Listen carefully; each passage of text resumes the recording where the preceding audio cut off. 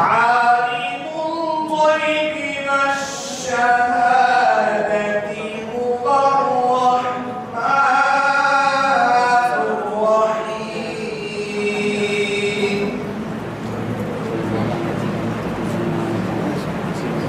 هو الله الذي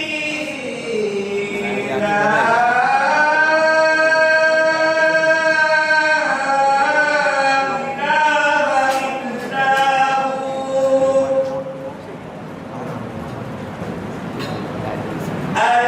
الملك القدوس السلام المؤمن المهيمن العزيز الجبار المتكبر سبحان الله عما يشركون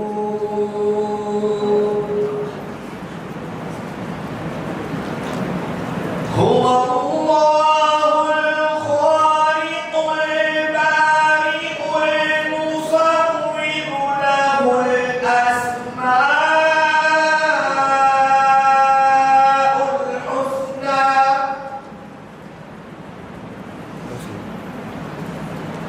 يسبح له ما في السماوات والأرض وهو العزيز الحكيم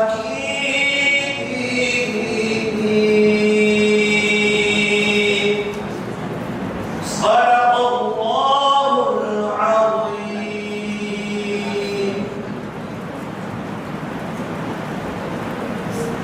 Praise the Lord, sallallahu alaihi wasallam. Salatu wassalamu alayka ya Rasulullah sallallahu alaihi wasallam. Nabi Mustafa آپ اور ہم مل کے بڑے خوشحال ثواب ساتھ صلی اللہ علیہ یا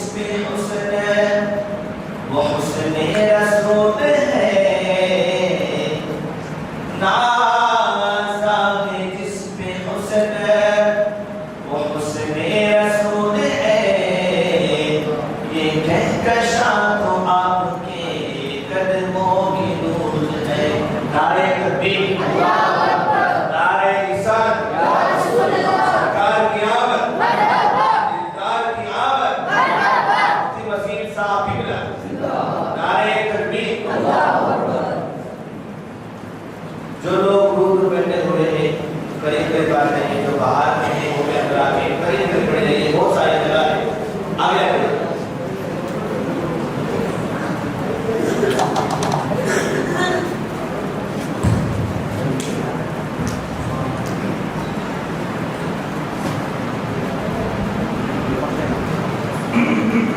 قریب آتا تھوڑا سا وسیم بھائی آگے آتا تھوڑا قریب بسم آتا الله الرحمن الرحيم وبه نستعين.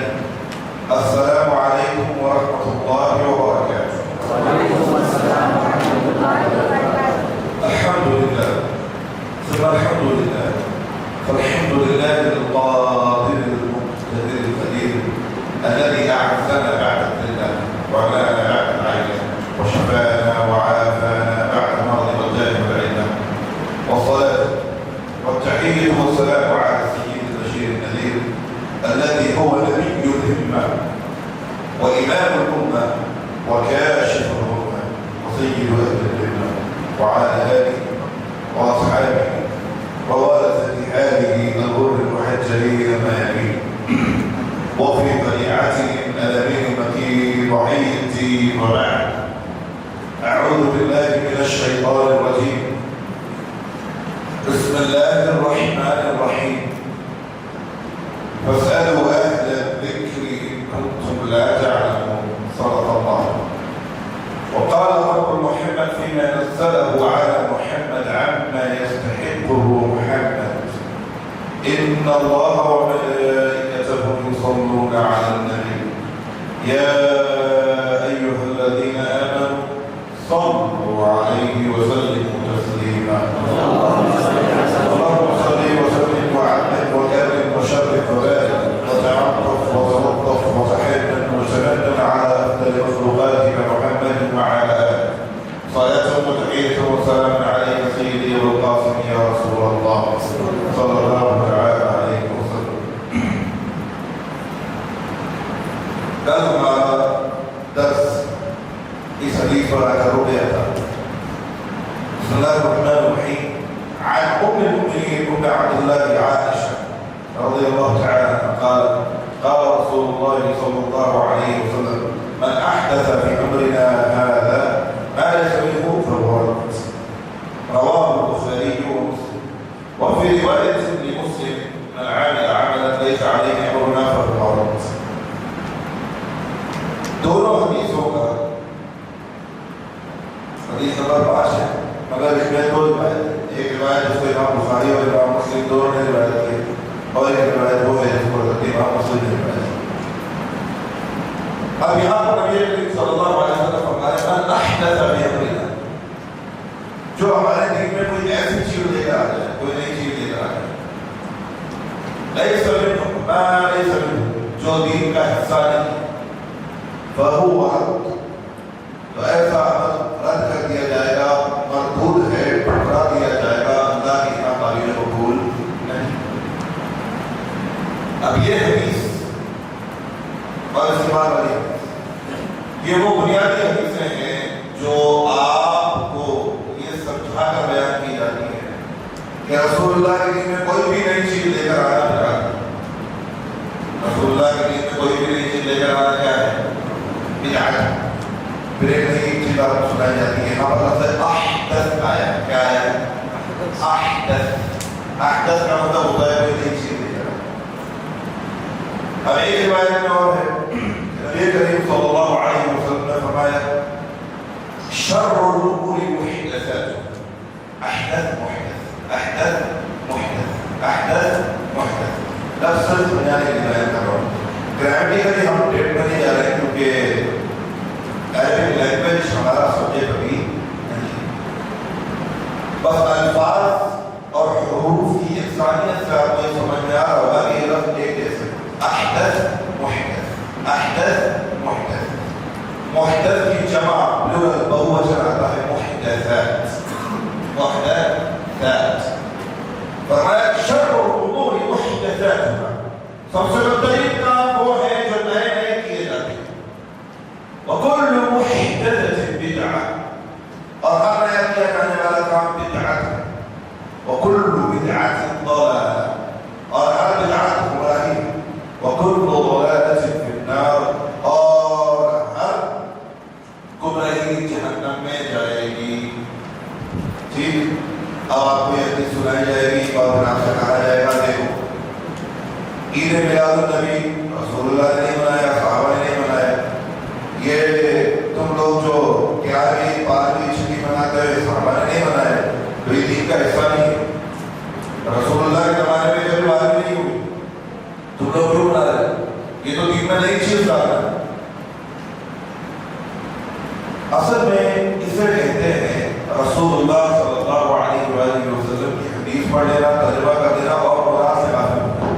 غافل ہو جانا، غافل ہو جانا، مراد سے غافل ہو جانا کہ اللہ کے رسول صلی اللہ علیہ وآلہ وسلم ایکچولی ہم سے کہنا کیا چاہتے ہیں. جب بھی ہم کسی حدیث کو پڑھیں گے تو حدیث کو سمجھنے، پڑھنے کے اور لینے کے طریقے ہوتے ہیں. ان حدیثوں میں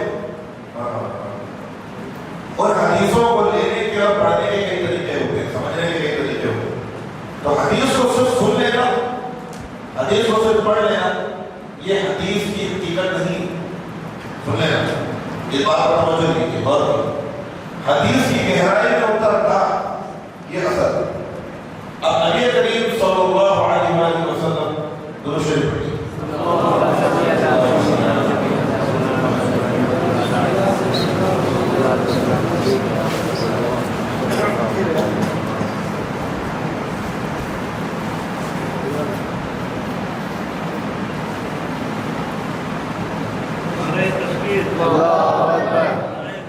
یا رسول اللہ. نعرہ تکبیر، اللہ اکبر. نعرہ رسالت، یا رسول اللہ. مفتی وسیم صاحب قبلہ، زندہ آباد. مفتی وسیم صاحب قبلہ. زندہ آباد.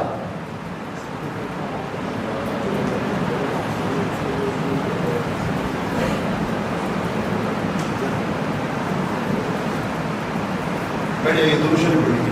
اللہم صلی علی سیدنا. بلند آواز سے درود شریف پڑھیے. اب ایک حدیث آپ کے سامنے آتی ہے.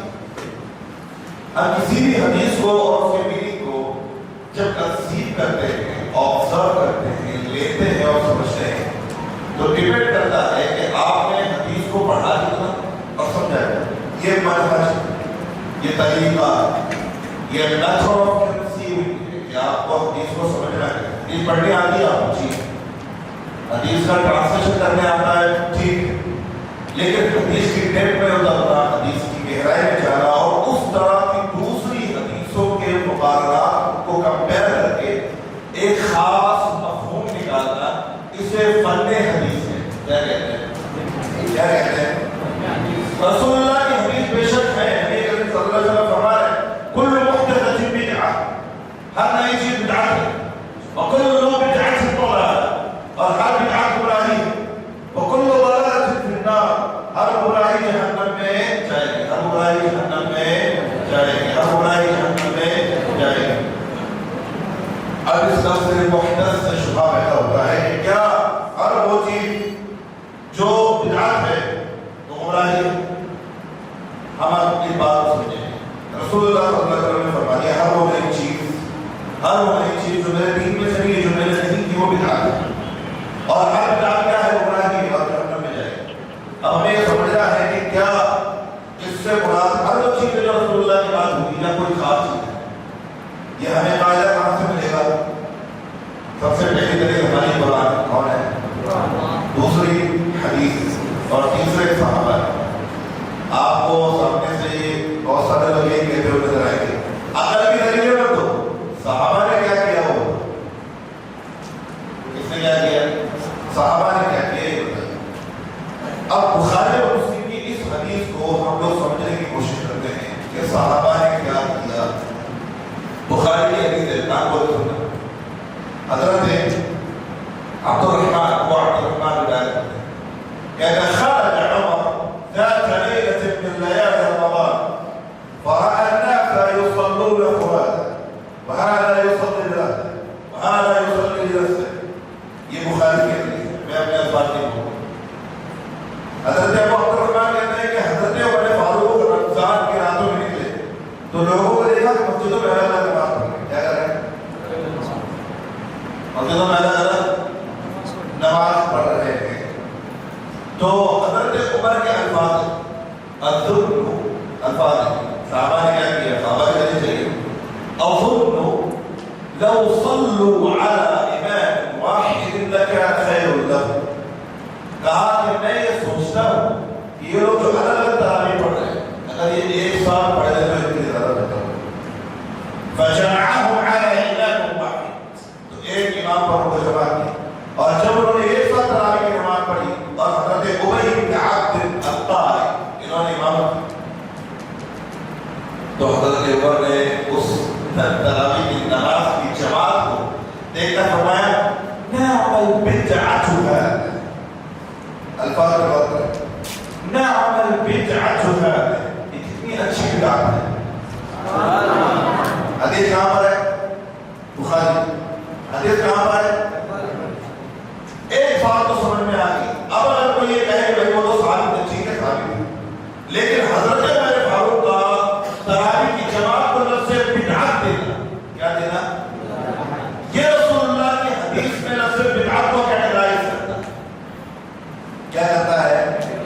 اب رسول اللہ کی حدیث میں جو بدعت آیا ہے وہ الگ ہے اور حضرت عمر نے جو بدعت کہی وہ الگ ہو گئی. تو بدعت کی کتنی قسمیں بنے گی؟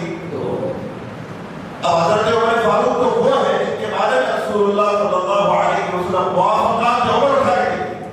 قرآن میں 18 سے زیادہ آیتیں ایسی ہیں جو حضرت عمر فاروق کی رائے کے مطابق اللہ نے اتاری. تو ان کو المؤید بالوحی والقرآن کا لقب دیا گیا. نبی کریم نے فرمایا اے عمر تیرے اور اللہ کے بیچ میں کیا بات ہے کہ تو سوچتا ہے اور اللہ آیتیں اتار دیتا ہے.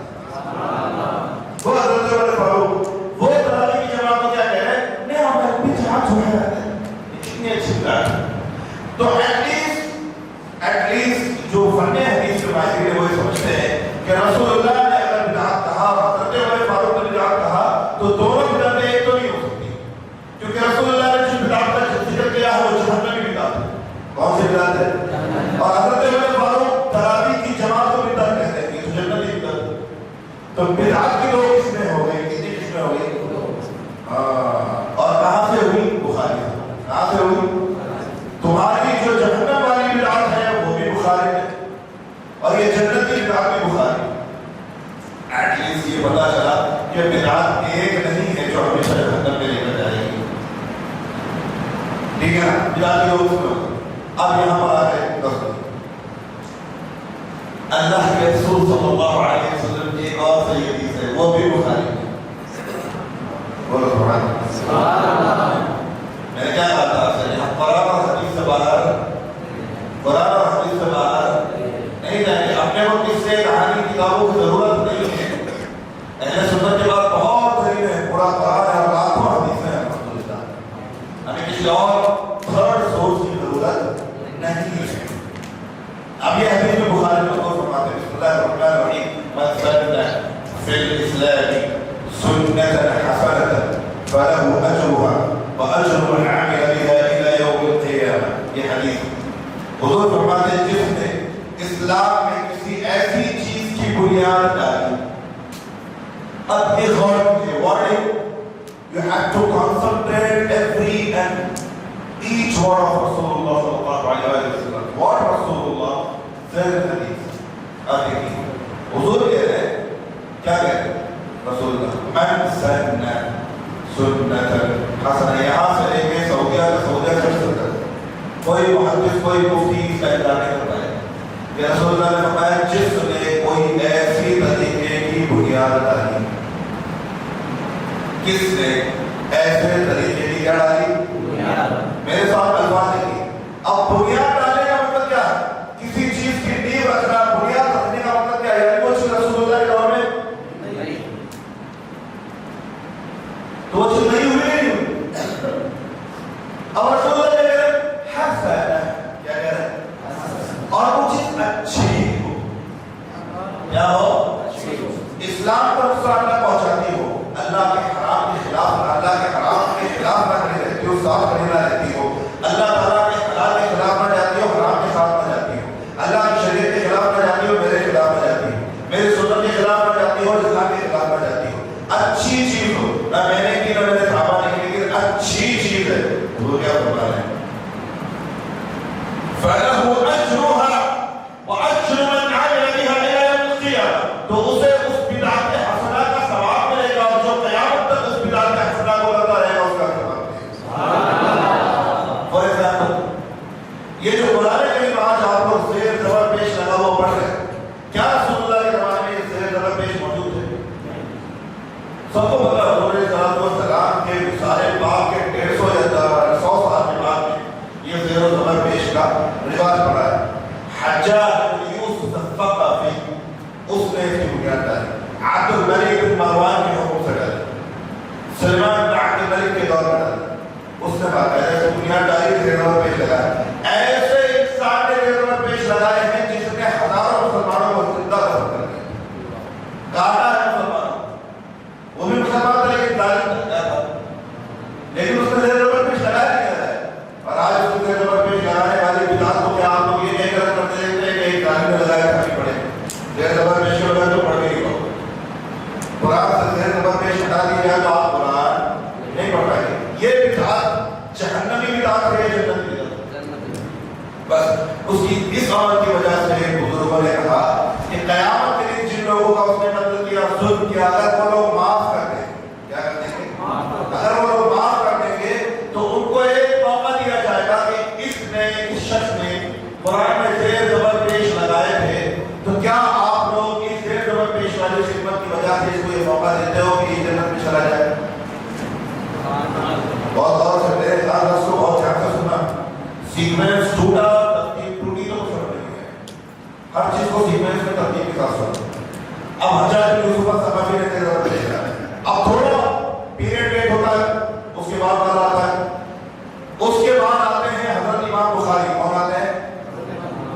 انہوں نے رسول اللہ صلی اللہ علیہ وسلم کی حدیث لینے کے لیے 5 شرطیں رکھی. کس حدیث میں یہ آیا ہے کہ رسول اللہ نے فرمایا کہ میری حدیث کو لینے کے لیے کچھ شرطیں لگا؟ یہ بدعت اچھی ہے یا بری ہے؟ رسول اللہ کی حدیث کو پیوریفائی کرنے کے لیے، جھوٹے اور گڑے ہوئے کنٹینٹ سے صاف کرنے کے لیے انہوں نے شرط لگائی. تو اچھا کام کیا، برا کام کیا؟ اچھا کام کیا. اور اسی بخاری کا نام لے کر دین کو سے شامل کرنے کی کوشش کی جاتی. پوری کی پوری بخاری میں ترک، کیونکہ حضور کے دور میں بخاری نہیں تھی، صحابہ کے دور میں بخاری نہیں تھی، تابعین کے دور میں بخاری، تابعین کے دور میں بخاری نہیں تھی. بہت بعد میں آگے بخاری کو باقاعدہ ایک بک کی شکل میں، بک فارم میں اس کو لایا گیا. صحابہ کے زمانے میں حدیث کی کوئی کتاب نہیں تھی. مسلم آئی، آپ نے قبول کیا، بدعت حسنہ. بخاری آئی، آپ نے قبول کیا، بدعت حسنہ. سنن ابو داؤد آئی، آپ نے قبول کیا، بدعت حسنہ. سنن نسائی آئی، آپ نے قبول کیا، بدعت حسنہ. ابن ماجہ آئی، آپ نے قبول کیا، بدعت حسنہ. اور پھر ابن تیمیہ نے پوری کتاب مجموع الفتاوی لکھی، آپ نے قبول کر لیا، بدعت حسنہ. اب بتاؤ، رسول اللہ صلی اللہ علیہ وسلم کے زمانے میں 3 دن کے قافلے، 40 دن کے قافلے، یا اپنے جو بھائی 3 دن کی جماعت، 40 دن کی جماعت، 40 دن کا جوڑ، یہ ساری چیزیں اسلام میں تھی. یہ بات بھی لے جا رہا ہے ایک امیر مقرر کر کے قافلے بھیجنا، اور پھر اس امیر کو یہ کہنا کہ تم صبح شام کے حلقے لگاؤ، خدائی کا ہماری پڑھ کے سنانا ہے، ہمارے سنتی پڑھ کے سنانا ہے. یہ بدعت بری ہے یا اچھی ہے؟ کیا سمجھ کے کیا تم نے اس کو کہ اس سے دین کی خدمت ہوگی؟ یہ سمجھ کے کیا تم دین کی خدمت ہوگی، برا تو نہیں کہو گے. تو رسول اللہ کے دور میں نہیں ہوا. تو یہ کرائٹیریا ہی نہیں بنے گا کہ جو رسول اللہ نے کیا وہی کرنا ہے. حضور کے علاوہ، حضور کے علاوہ، حضور کے صحابہ کے علاوہ ساری چیزیں بدعت، ایسا نہیں ہوتا. زمانہ بدلتا ہے، زمانے کے حالات بدلتے ہیں، زمانے کے واقعات بدلتے ہیں، ساری چیزیں بدلتی ہیں. انہیں کے ساتھ آپ کو چینجز کو ایکسپیکٹ کرنا پڑتا ہے، قبول کرنا پڑتا ہے. بس آپ کو قرآن کریم نے ایک کرائٹیریا دیا ہے، ایک میزان دیا ہے، اس کو پکڑ کے چلو، باقی ٹینشن لینا ہی نہیں ہے. یہ دین بہت آسان ہے.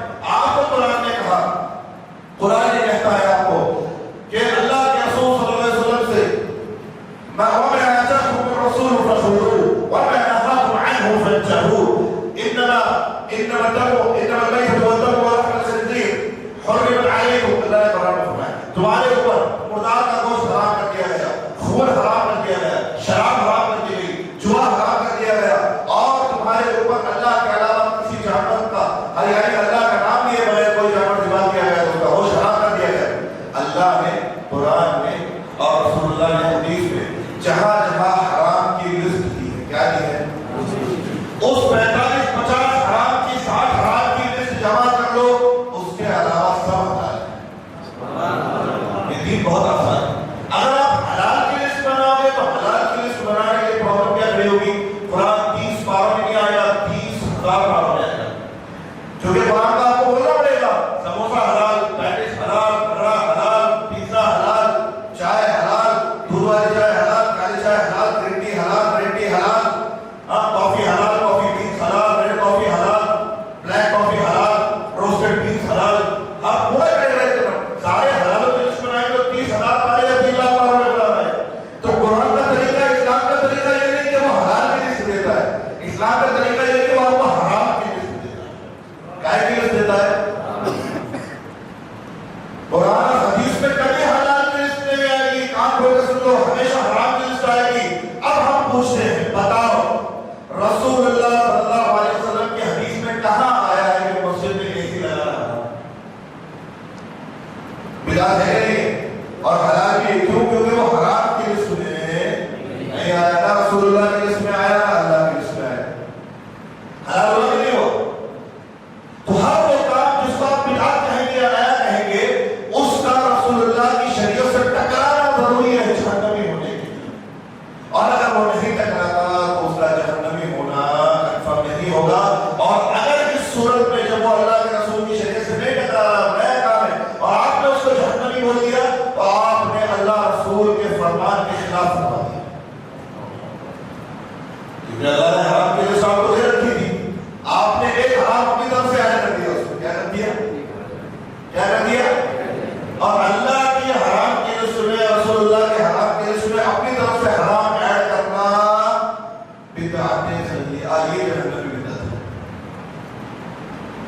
اللہ رسول کی لسٹ میں اپنی طرف سے کوئی حرام ہے کرنا جہنمی بدعت ہے. اب اپنا ٹاپک وہ نہیں ہے، ورنہ میرے پاس اس موبائل میں 120 پیجز پر صرف یہ ریسرچ ہم نے کی ہوئی ہے، 120 پیجز پر، کہ پچھلے 1100 سال میں رسول اللہ کو پوری دنیا میں کہاں کہاں میلاد کا طور پر بنایا ہے. پچھلے 1100 سال کتنے سارے ریفرنسز موجود ہیں. اور حیرت کی بات یہ ہے کہ بنانے والوں میں ان محدثین کے نام آتے ہیں جن کے نام حدیث کی کتابوں سے ہٹا دو تو نہ ان کے پاس حدیثیں بچیں گی نہ ہمارے پاس حدیثیں بچیں گی. ان محدثین نے میلاد بنایا، کیا بنایا؟ اور ان کا نام ان کی سند میں بھی آتا ہے، دیوبندیوں کی سند میں بھی آتا ہے، اہل حدیثوں کی سند میں بھی آتا ہے، جماعت اسلامی والوں کی سند میں بھی آتا ہے، اور شیعوں کی سند میں بھی آتا ہے، اور سنیوں کی سند میں بھی آتا ہے. ان کے وجہ حدیث کی سند اتنا بنی ہے، انہوں نے میلاد بنایا، کیا بنایا؟ اب میں اگر یہ کہوں کہ چلو ایک کرائٹیریا ہم یہ بنا لیتے ہیں یا ایک رول یا ایک اصول بنا لیتے ہیں کہ جن لوگوں نے تاریخ میں میلاد بنایا یا میلاد کو جائز کہا ان کی حدیث لینے کو ہم لوگ حرام کرتے ہیں. کیا کرتے ہیں؟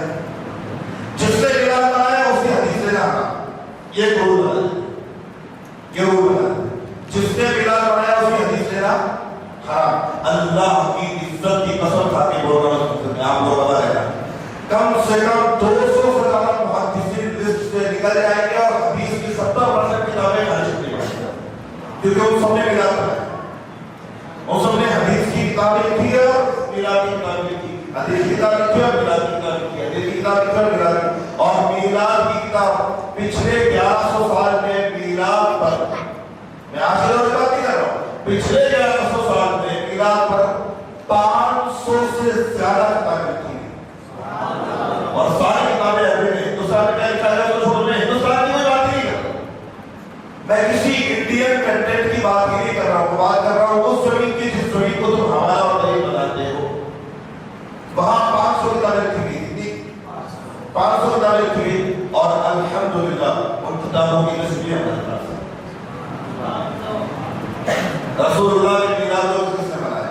تو یہ رسول اللہ کا میلاد بنانا بدعت نہیں ہے. یہ بدعت والی حدیث ہر اس چیز کے لیے ہے جو نہیں ہو اور اللہ کے حرام کے ساتھ کھڑی ہوتی ہو، حلال کے خلاف نہیں ہو.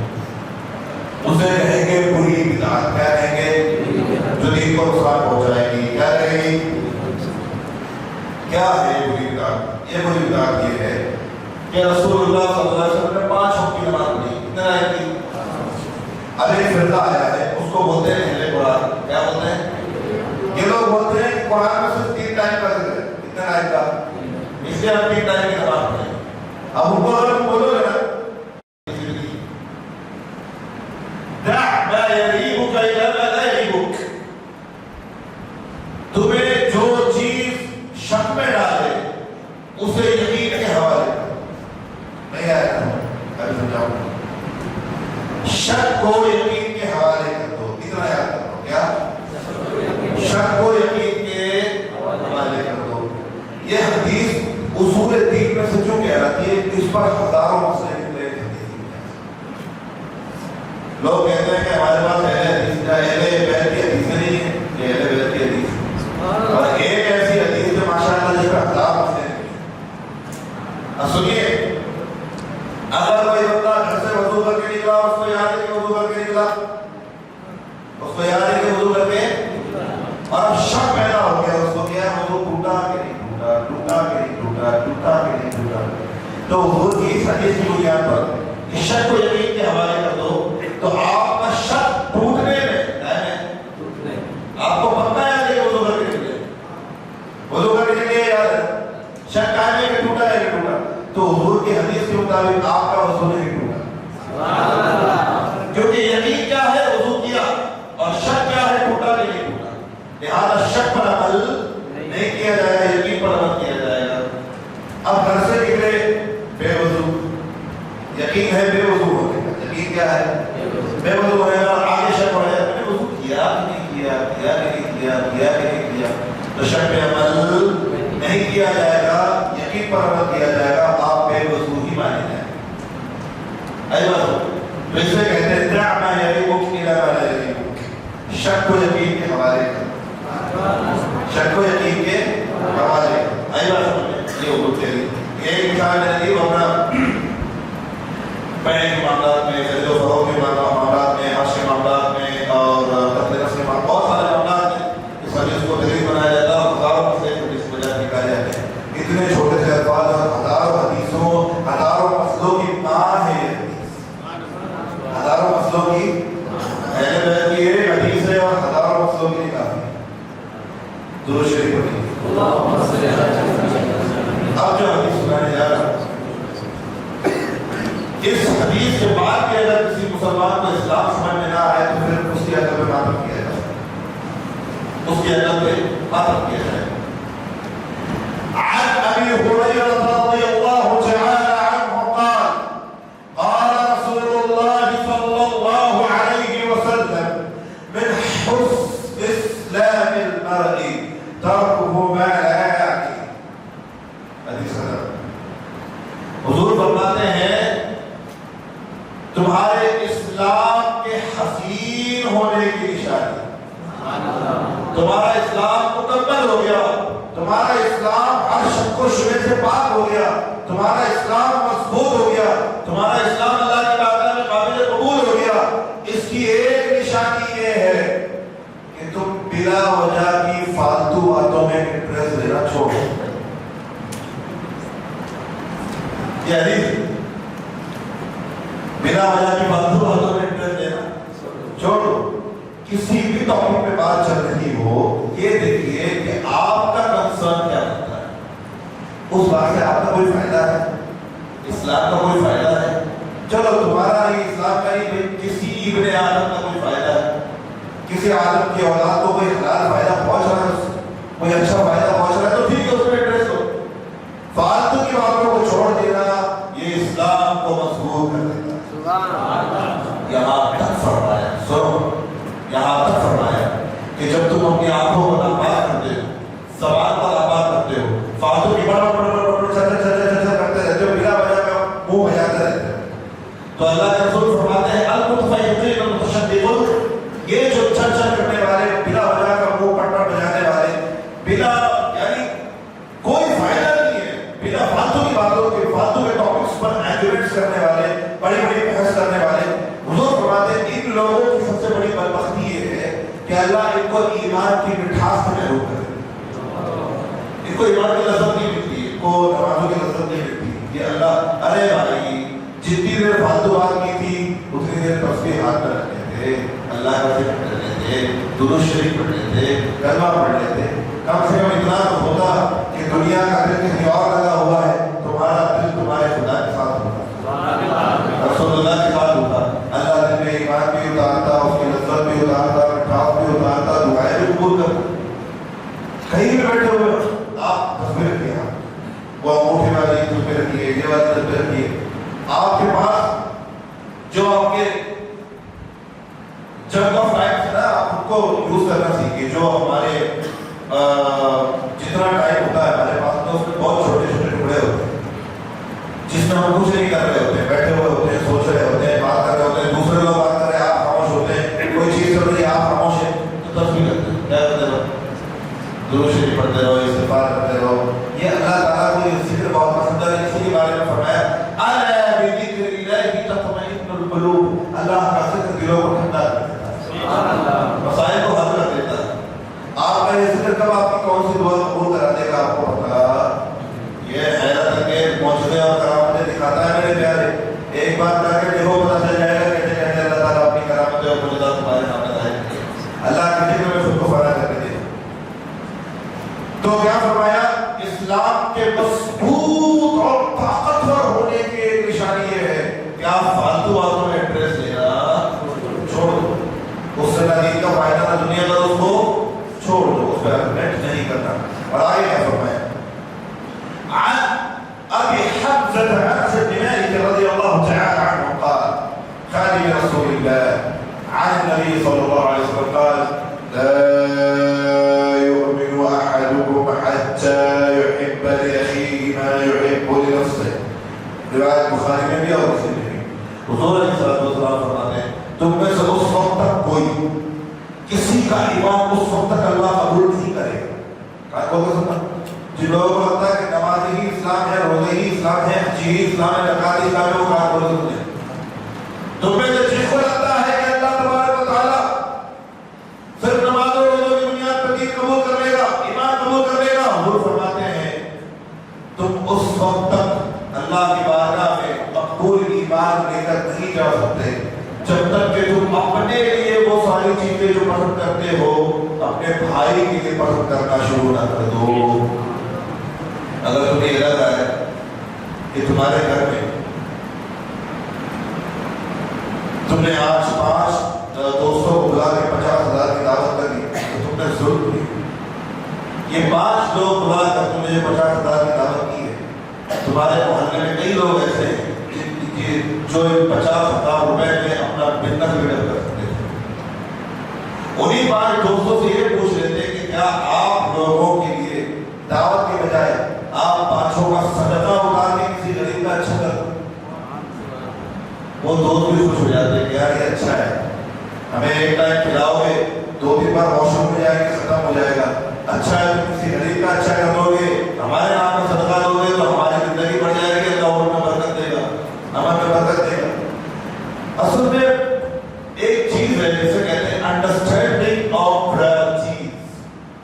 Understanding of priorities even business field میں, نالج فیلڈ میں, سائنس میں, انجینئرنگ میں اور بڑے بڑے دنیا کے جتنے میدان ہیں ان میں پرائرٹیز کی انڈرسٹینڈنگ بہت ضروری ہے کہ آپ کو فرسٹ آف آل کیا ہوتا ہے.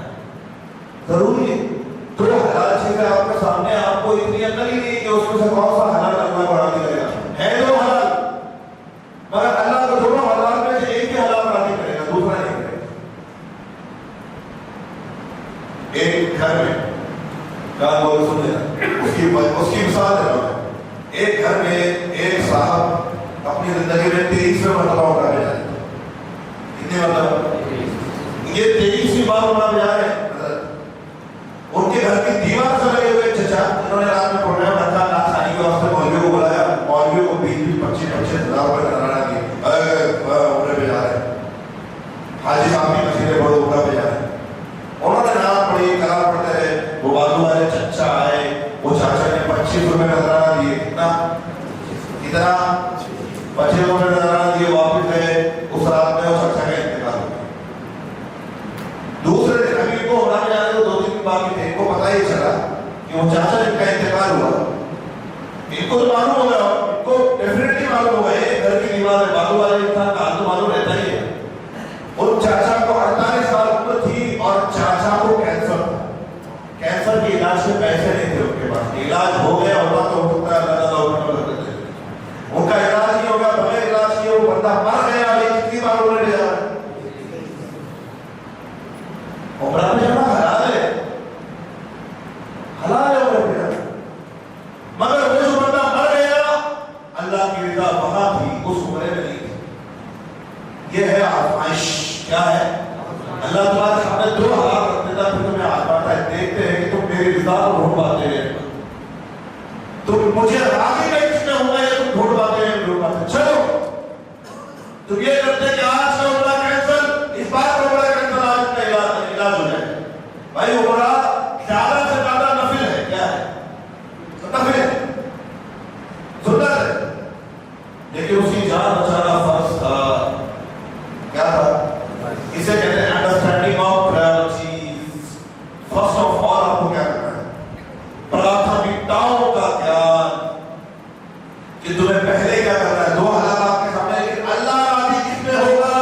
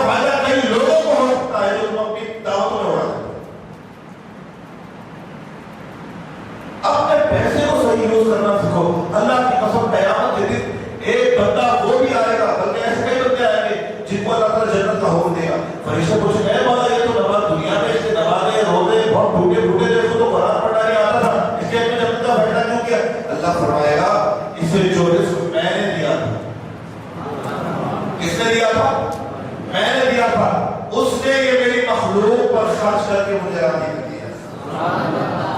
یہی بات ہے. اللہ قرآن کریم میں ہدایت کی سند کرتے ہوئے ارشاد فرماتا ہے الف لام میم ذلك الكتاب لا ريب فيه هدى للمتقين الذين يؤمنون بالغيب ويقيمون الصلاة ومما رزقناهم ينفقون. اللہ فرماتا ہے میرا یہ قرآن ہدایت انہی دلوں میں اتارے گا جس میں تقویٰ ہوگا. تقویٰ کسے کہتے ہیں؟ یہ لوگ جو نماز اور روزوں کو قائم کرنے کے بعد مما رزقناهم ينفقون ہمارا دیا ہوا رزق ہماری راہ میں خرچ کریں. اب حضرت سفیان ثوری جن کا حال یہ ہے کہ جن کے بارے میں امام ذہبی کہتے ہیں کہ اللہ رسول اللہ کو کوئی معجزہ نہیں دیتا, اللہ رسول اللہ کو کوئی معجزہ نہیں دیتا, تو حضرت سفیان ثوری اکیلے کافی جو حضور کو نبی ثابت کر دیا. اتنے بڑے امام وہ کیا کہتے ہیں؟ کہتے ہیں کہ اے لوگوں, اللہ نے اپنا حکم فائنل فیصلہ سنا دیا ہے. اما رزقناهم ينفقون, جو اللہ نے دیا ہے وہ اللہ کے راہ میں خرچ کرنا ہے. جو تمہارا پرسنل ہے اور اللہ کا اس سے کوئی لینا دینا نہیں, اس کو خرچ نہیں کرنا. اب آپ لوگ بیٹھ کے حساب لگا لو کہ آپ کا پرسنل کیا ہے جس میں اللہ کا کوئی لینا دینا نہیں, اللہ نے نہیں دیا. کوئی ایسی چیز ہے جو اللہ نے نہیں ہوگی تو سوچ لو. اگر اللہ نے نہیں دیے تو اس کو الگ کرو, وہ تمہارا پرسنل ہے. اور جو اللہ نے دیا ہے تو اللہ اس بات کا حقدار ہے کہ تم اس کی مخلوق پہ خرچ کرو گے, اس دین کے لیے خرچ کرو گے. اپنے پڑوسی کا حال پوچھو گے, اپنی سگی بہن کا حق نہیں مارو گے, اپنے بھائیوں کا حق نہیں مارو گے, اپنے چچا بھتیجے رشتے داروں کا خیال رکھو گے. فرق ہے تم پر یہ. مال نہ دینا اللہ کی نعمت ہے, اور مال دے دینا آزمائش ہے بہت بڑی. اگر اللہ نے جیب میں 10 روپے دیے تو آزمائش. حضرت علی کی شان اللہ تعالیٰ نے اس لیے بلند کی ہے کیونکہ ابھی تک نماز کے مسائل جب کمپلیٹ بیان نہیں ہوئے تو حضرت علی کا حال یہ تھا کہ رکوع کی حالت میں ہے, اور کوئی مانگنے والا آ جائے تو حضرت علی نے رکوع کی حالت میں اسے پیسے دے دیے. رکوع کی حالت پیسے دے دیے. تو اللہ نے قرآن کریم میں ان کی شان ہے. حضرت علی کی اس ادا کو اللہ نے بڑا کر بیان کیا. یؤتون الزکاۃ وهم راکعون. اللہ اور اللہ کے سچے محبوب بندے وہ ہیں جو دینے آتے ہیں تو نماز کی حالت میں بھی نکال کے دے دیتے ہیں. اللہ نماز نہیں بیان کر رہا, ان کی نماز کی حالت میں کیا کیا ہوا ہے. ارے تم کیا سمجھتے ہو کہ اللہ تعالیٰ حضرت شیخ سعدی رحمۃ اللہ علیہ فرماتے ہیں, فرمان سن کیا کہتے ہیں, شکر خدا یکن تھے موفق شری بخیر فإنعام فضلعون مع الطلب راشتك إنك إليه خدمة سلطان عليكم من الشنا صدوق لخدمة بلاشتك. تاکہ اللہ کا شکر ادا کر, اللہ کا شکر ادا کر کہ اس نے اپنی نعمت دے کے, فضل دے کے, مال دے کے تجھے کسی لائق بنا کر عبادت کی توفیق دے کے اپنا بندہ بنا لیا ہے. اللہ کی راہ میں خرچہ کر کے, صدقہ دے کے, زکات دے کے اور نمازیں پڑھ کے اس غربے میں مت رہنا کہ تم نے اسے خدا بنایا ہے, بلکہ اس نے توفیق دے کے تجھے بندہ بنایا ہے. تو نے اس کو خدا نہیں بنایا, اس نے دے کے تجھے بندہ بنایا. اب وہ چاہے تو کن فیکن, ایک جھٹکے میں دل کا دورہ پڑے گا ختم, بجلی کا جھٹکا لگا ختم. موت کو بہانے چاہیے اور اس کا اشارہ چاہیے.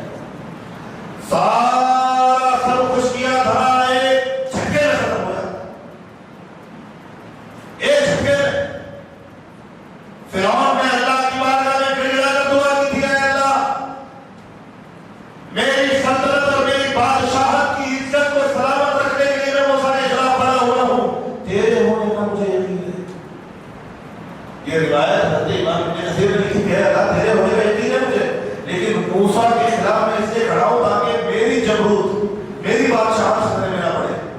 اللہ نے کہا اچھا تیری بادشاہ, تو یہ بھول گیا کہ تو کیا ہے, تجھے پیدا ہم نے کیا, تو اپنی بادشاہ لے کے بیٹھا, چل ٹھیک ہے آپ کی فوج ہے. فَأَغْرَقْنَاهُ فِي الْيَمِّ, ہم نے سمندر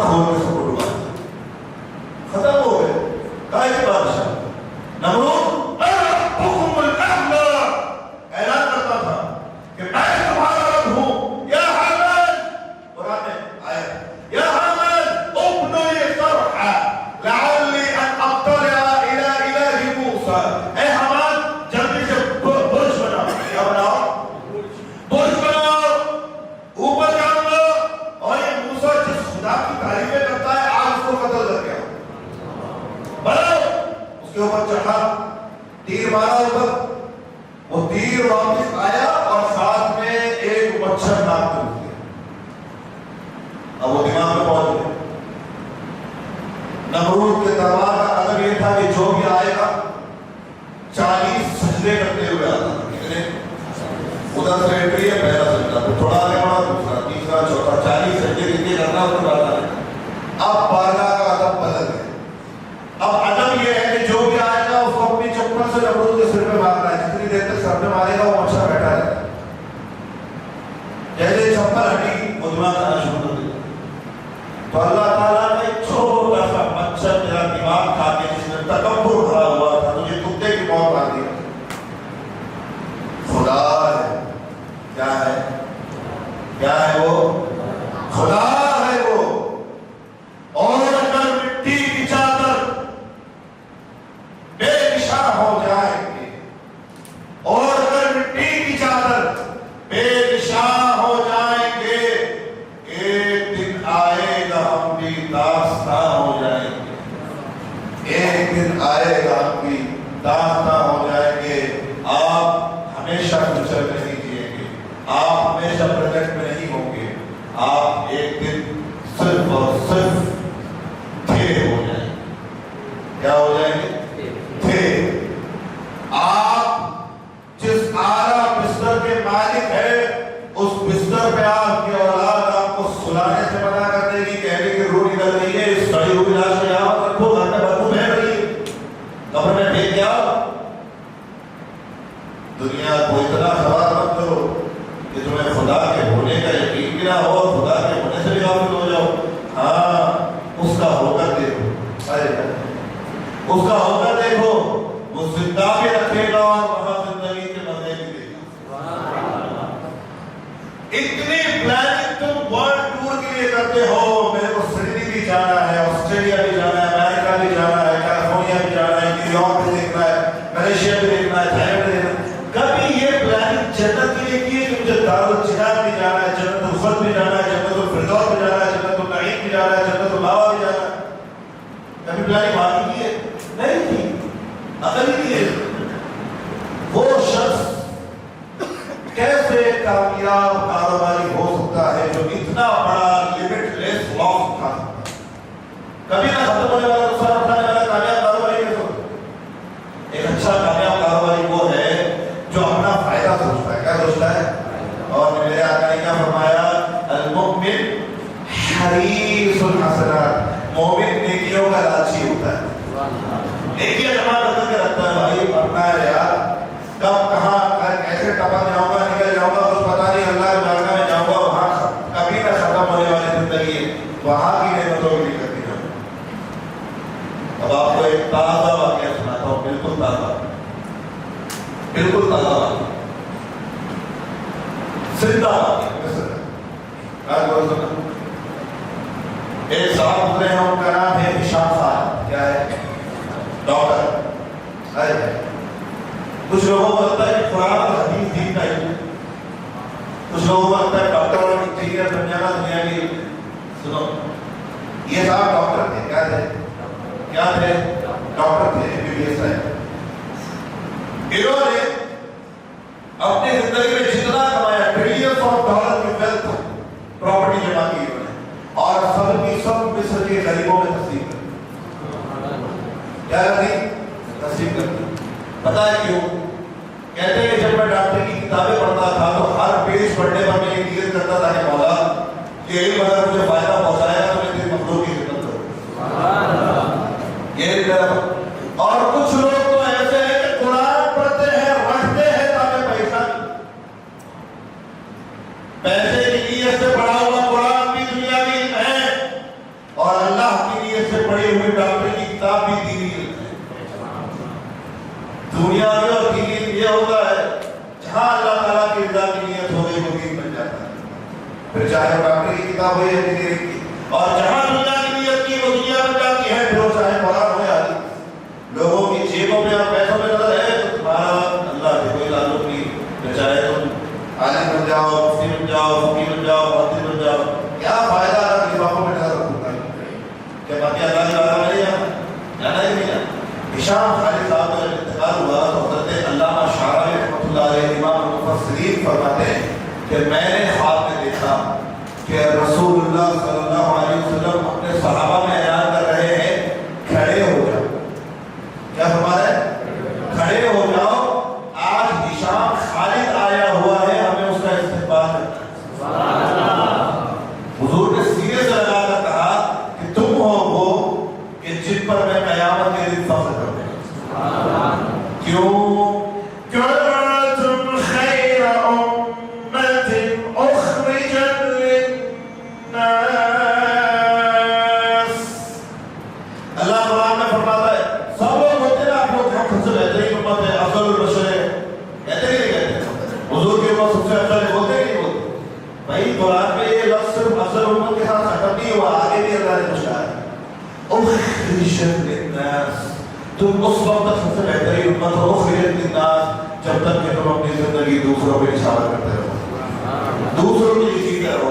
اور اگر تم اپنے لیے جی رہے ہو, اپنا سوچ رہے ہو, تو تمہارے اندر اور کتے کے اندر فرق کیا ہے, بلی کے اندر فرق کیا ہے؟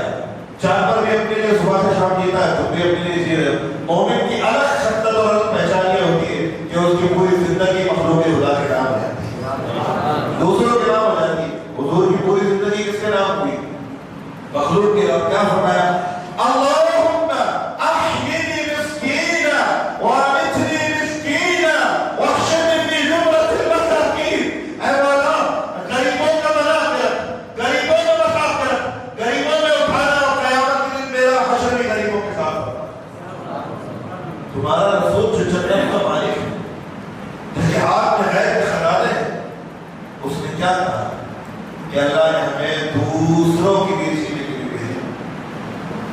یہ ہشام خالد کا حال ہی ہو گیا. اس کے بعد سنا, ہشام خالد کا حال ہی ہو گیا کہ جس کو قرآن حفظ کرنا ہو اور نہ ہو رہا ہو, ان کی قبر پہ جا کے حفظ کرنے حفظ ہو جاتا ہے. جس کو کتاب سمجھ میں نہ آ رہی, ان کی قبر کے پاس جا کر بیٹھے, ان کو کتاب سمجھ میں آ جاتی ہے. اللہ تعالیٰ نے اس بندے کو جس نے اپنی پوری زندگی کی کمائی اللہ کے رسول کے مخلوق پر اڑا دی, اللہ نے اس کو کیا مقام دیا کہ آج اس کے لوگ اس کی قبر پہ جاتے ہیں تو اللہ ان کی دعائیں قبول کرتے ہیں. یہ نہیں لوگ ہوتے ہشام خالد. بھائی میرے پیارے, یہ زندہ واقعہ ہے, اس کو مشکل بھی 25 سال ہوا. یہ زندہ نشانی اللہ نے ہمارے سامنے رکھی ہوئی, یہ نشانی اللہ کی ہے ہمارے سامنے. تو آپ جو اسلام کو سمجھ رہے ہیں وہ ایکچوئل وہ اسلام نہیں ہے. اسلام کا جوہر بہت الگ ہے, اسلام کی حقیقت بہت ہٹ کے. اسلام اور جنت بہت آسان ہے. جنت ایک حدیث سناؤں گا, سمجھ میں آ جائے جنت میں. رسول اللہ کے آقا نے سارے نے یا رسول اللہ انی احللت الحلال وحرمت الحرام وصلیت المکتوبہ ادخل الجنہ. حضور میں غریب آدمی, میرے پاس مال تو نہیں کہ حشر ہوگا, زکات دوں گا, صدقے دوں گا. میں غریب آدمی ہوں, میں حلال کو پکڑ چکا ہوں, حرام کو چھوڑ چکا ہوں, نماز پڑھتا ہوں پابندی سے.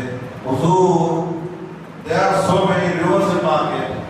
بازار میں بہت افواہ چل رہی ہے کہ جنت میں جانے کے لیے یہ بھی کرنا پڑے گا, وہ بھی کرنا پڑے گا, یہ بھی کرنا پڑے گا, وہ بھی کرنا پڑے گا. آپ اس وقت اتھارٹی ہو, آپ کے پاس سیدھے وہی آتی ہے, تو آپ مجھے بتاؤ, میں حلال کو پکڑ چکا ہوں, حرام کو چھوڑ چکا ہوں, نماز پڑھتا ہوں, اس کے علاوہ میرے پاس کچھ نہیں. پیسے آئیں گے تو ہر بھی کروں گا, زکات دوں گا, لیکن ہے نہیں. میں صرف حلال کو پکڑ کے رکھتا ہوں, حرام کو چھوڑ دیتا ہوں, نماز پڑھتا ہوں. ادخل الجنہ, حضور جنت میں جاؤں گا. حضور نے فرمایا اذا دخل, تم تو جنت میں چلے گئے. اذا دخل, تم جنت میں چلے گئے. جنت بہت آسان ہے, حرام کو چھوڑنا ہے, حلال کو پکڑنا ہے, نماز پڑھنا ہے. میرے پیارے جنت اتنی مشکل نہیں ہے جتنا آپ سمجھتے ہو. بہت پیارا دین ہے ہمارا, بڑا آسان دین. اور جتنا دوسروں کے لیے جیو گے, آخرت میں اتنا ہی خود کے لیے جینے کا موقع ملے. یہ دنیا ہے. میرے آقا کیا فرماتے ہیں, صحیح حدیث ہے, مسلم کی حدیث, مالی والی دنیا انا کیا راکب صلی اللہ علیہ وسلم فرماتا ہے, میں میرا دنیا سے کیا لینا دینا. دنیا میں میرا اتنا خالیہ دینا ہے کہ کوئی راستے میں چلتا ہوا آدمی تھک کے پیڑ کے سائے میں بیٹھا, تھکن اتار کے دوبارہ گھوڑے پہ بیٹھ گیا اور آگے نکل گیا. تو دنیا میرے لیے اس پیڑ کی طرح ہے, جانا تو مجھے جنت ہے, اس پیڑ کی طرح ہے.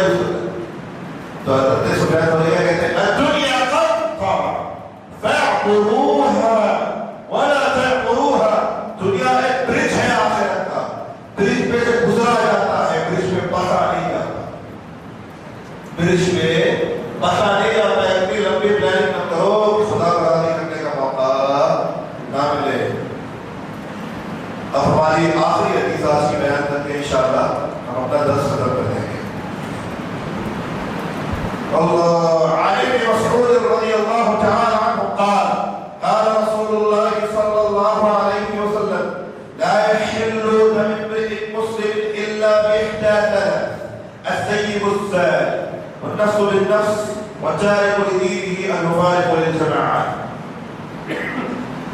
کسی مسلمان کا خون بہانا تمہارے لیے حلال نہیں ہو سکتا. حلال ہوگا تو 3 حالتوں میں، اور وہ بھی تمہارا رائٹ نہیں ہے، وہ اسلام کا قاضی اور اسلام کا بادشاہ طے کرے گا. اگر مسلمان حکومت ہوئی تو زنا کرنے والے کو مارنا، کسی نے قتل کیا تو اس کے بدلے میں اس کو مار دینا قصاص، اور اسلام کی جماعت کو، مسلمانوں کے مذہب کو چھوڑ کے دشمنی کرتے ہوئے کوئی اور دھرم اپنا لینا. ان حالتوں میں قتل کا حکم ہمارا کب ہے؟ جب مسلمان حکومت ہوگی. مسلمان حکومت نہیں ہے تو آپ کو خاموش ہیں، صبر کرنا ہے. اللہ سب سے بہترین انتقام لینے والا ہے. اللہ سب سے بہترین انتقام لینے والا ہے، کیونکہ رسول اللہ صلی اللہ علیہ وسلم نے فرمایا ان اللہ یمهل الظالم حتى اذا اخذه لم يفلت. اللہ ظالموں کو ڈھیل دیتا ہے، اللہ ظالموں کو ڈھیل دیتا ہے، جب پکڑتا ہے تو کہیں سے بھی بچنے کے لیے یہ راستہ نہیں چھوڑتا، کہیں سے بھی بچنا ہے.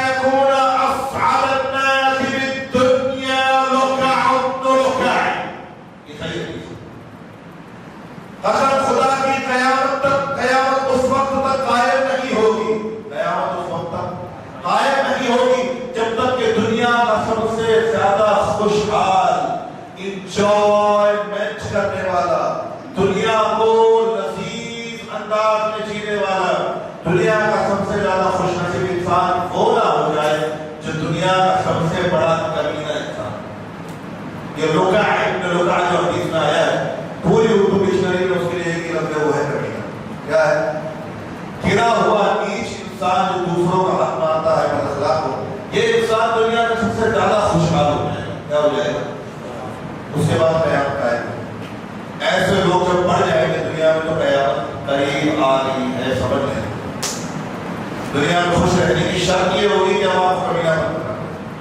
اور اگر آپ ایماندار ہیں، وفادار ہیں، نیک ہیں، پرہیزگار ہیں، فَاتَّقُوا السَّاعَةَ فَإِنَّ الْمَصَائِبَ تَطْحَالُ عَلَيْكُمْ. تو تم انتظار کرنا قیامت کا صبر کے ساتھ، مصیبتیں تمہارے اوپر ایسے اترے گی جیسے گھاٹی میں موسیٰدھار بارش کا پانی. کیونکہ تم مسلمان ہو، تم وفادار ہو، تم نیک ہو، تو تم پہ مصیبتیں ایسی اترے گی اور آخرت میں سب کچھ بڑھ جائے گا. آخرت میں سب کچھ بڑھ جائے گا. پھر مصیبتیں ان ظالموں پہ اور حرام کاروں پہ اور لوگوں کا حق ماننے والوں پہ اترے گی، اور ایسے اترے گی جیسے پانی میں موسیٰدھار بارش کا پانی اترتا ہے، اور پھر اللہ ایسے عذاب اتارے گا. اور آخرت میں سب سے زیادہ خوشحال، انجوائمنٹ کرنے والے، مزے لوٹنے والے تو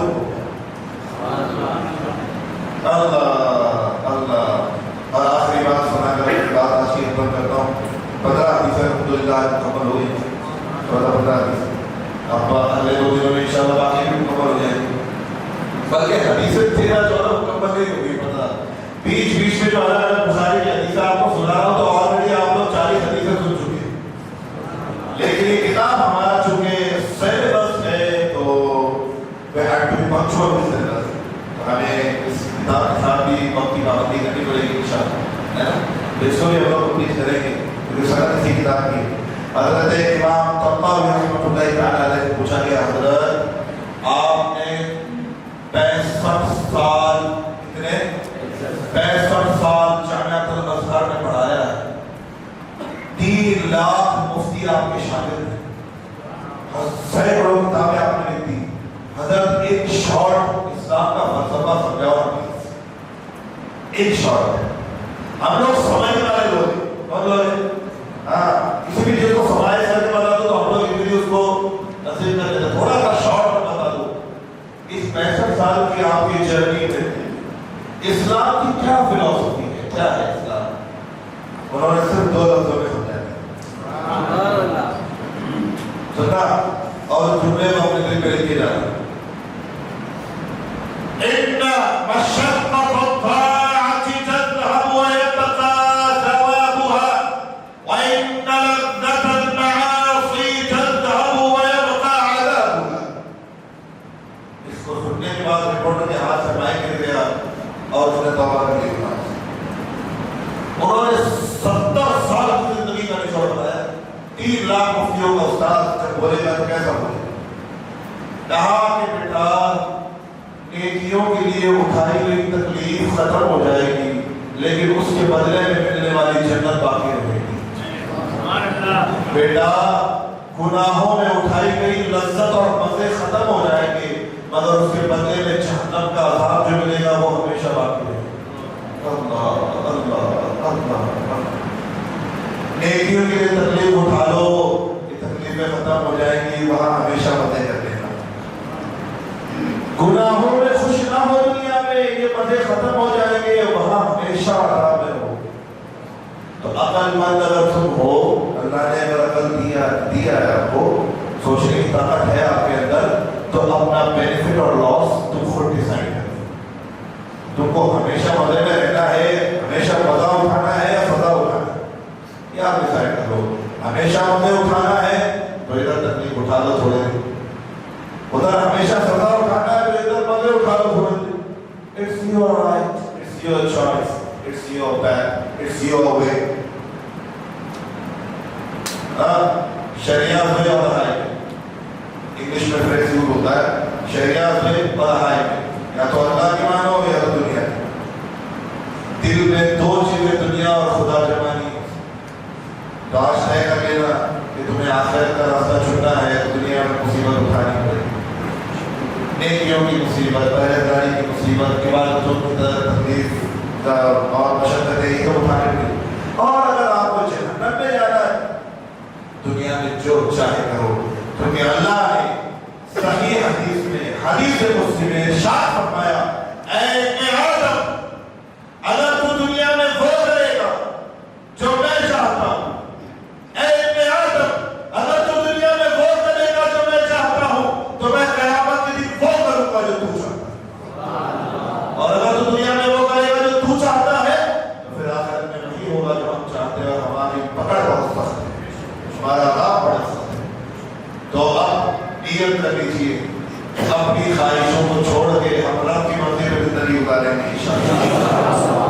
دنیا کی تکلیفیں یار 4 سال 5 سال اور وہ بھی نہیں پتا آدھے گھنٹے میں ختم ہوئے, تو آج نیت کر لو کہ اللہ کی مرضی کے مطابق جیئیں گے انشاءاللہ, رسول اللہ کی مرضی کے مطابق جیئیں گے انشاءاللہ. پھر وہاں لمٹ لیس مزے بھائی, وہاں ہمیشہ کے مزے, ادھر موت بھی نہیں آئے گی, ادھر موت کو موت آ جائے گی. اس کو موت آئے گی, ہاں یہ بخاری کے حدیث میں اللہ تعالیٰ موت کو بیٹے کی شکل میں لا کے ذبح کر دے گا, اور فرمایا کہ ان الموت قد مات ولم يمت احد ابدا, کہ آج موت مر گئی, اس کے بعد کسی کو موت نہیں آئے گی. جو جنت میں مزوں کے ساتھ زندہ رہے گا ہمیشہ, جو جہنم میں سزا کے ساتھ زندہ رہے گا ہمیشہ. ڈیسائیڈ آپ کو کرنا ہے ادھر جانا ہے ادھر جانا, ٹھیک ہے انشاءاللہ. اللہ تعالیٰ ہم سب کا خاتمہ ایمان میں فرمائے اور ہمارے سراب شہر کو ہر بری نظر سے بچائے. یہاں کے مسلمانوں کو علم اور روحانیت, ترقی, ثقافت, تہذیب کے اللہ تعالیٰ باب عروج پر پہنچائے اور سب کو ترقی دے دے, اور اس شہر سے ان دیوانوں کو پیدا کرے جو پورے ہندوستان میں سرکار کے عاشقوں کی لہر دوڑا دیں. اسلام کا پرچم بلند ہے انشاءاللہ. اللہ تعالیٰ مسلمانوں کا اقتدار اور حکومت قائم رکھے اور ہمارا خاتمہ ایمان پہ فرمائے. اور ہمارے عزیز حاجی ابراہیم موسیٰ صاحب, اللہ تعالیٰ ان کی عمر میں عمل میں برکت دے اور ایمان والی زندگی دے, اور ان کو بھی اور ہمیں بھی ایمان والی زندگی دے, ایمان کے خاتمہ نصیب فرمائے, اور ان کے ذریعے اللہ تعالیٰ وہ کام دے دے, وہ کام دے دے کہ قیامت کے دن رسول اللہ ان کو سینے سے لگا کر کہے کہ میں جو سے محبت ہوں. اللہ تعالیٰ سب کے حق میں وہ کام دے دے کہ رسول اللہ ہمیں سینے سے لگا دے. آمین رب العالمین. وآخر دعوانا الحمدللہ رب العالمین. والسلام علیکم ورحمۃ اللہ وبرکاتہ. يا نبي سلام عليك, يا رسول سلام عليك, يا حبيب سلام عليك, صلوات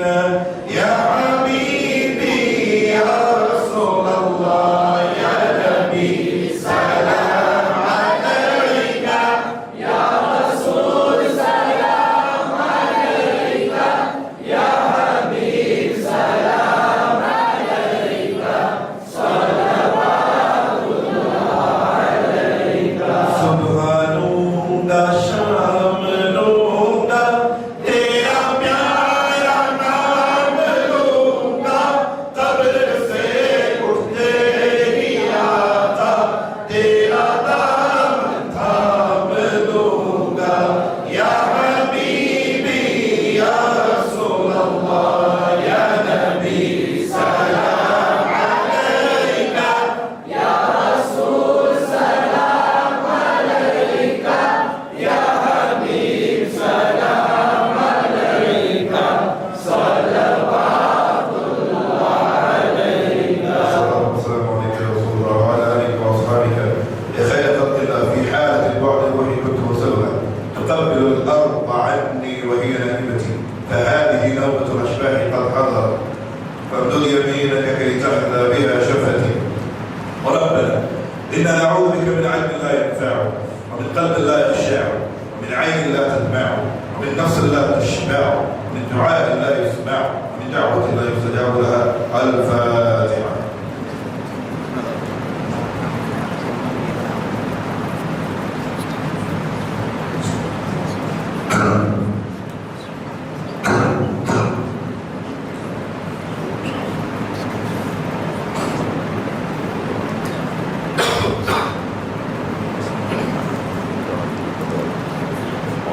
إن الله وملائكته يصلون على النبي يا أيها الذين آمنوا صلوا عليه وسلموا تسليما.